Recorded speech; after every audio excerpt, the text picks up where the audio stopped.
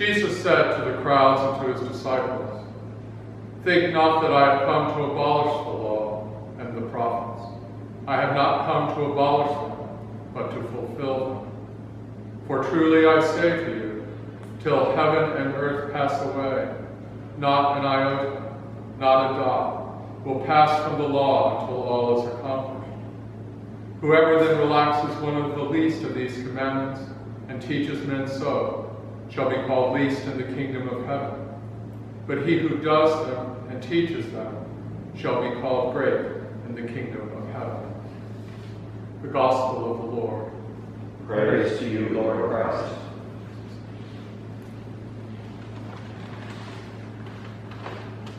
There have been 2 days since I became rector, when we were unable to open the doors of the church before last Sunday.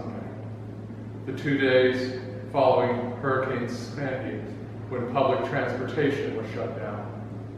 We cannot be open for worship or for the many support groups that meet daily in the mission house, unless there is a sexton on duty.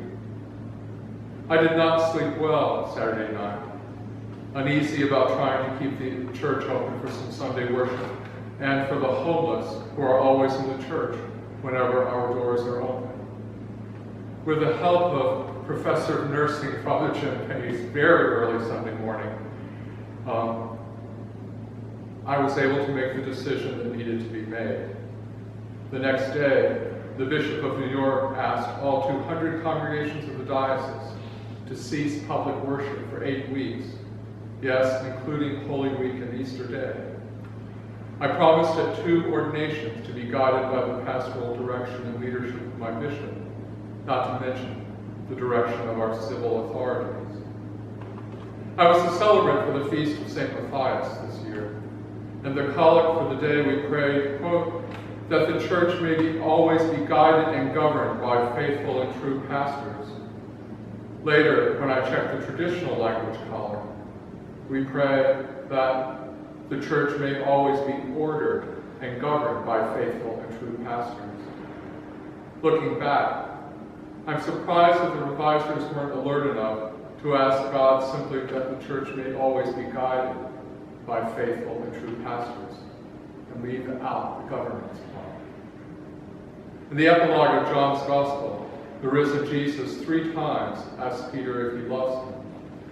Jesus replies to Peter, "Tend my sheep, tend my lambs, feed my sheep." He doesn't ask Jesus to order or govern the sheep, but to tend them, to feed them. Even when we were closed by Hurricane Sandy, the resident clergy and the then sisters resident gathered for Eucharist daily. When John wrote, Christians gathered for meals, to be fed in the course of their meals by the spiritual presence of the bread of life. Father Jim Pace closed our Sunday Mass with the Benedictine prayer we usually use after evensong and benediction by the servers and clergy. The officiant says, "May the divine assistance remain with us always." The others respond, "and those who are absent from us." I speak on behalf of all who are here today, that the prayer remains a daily prayer for us. In the name of the Father, and of the Son,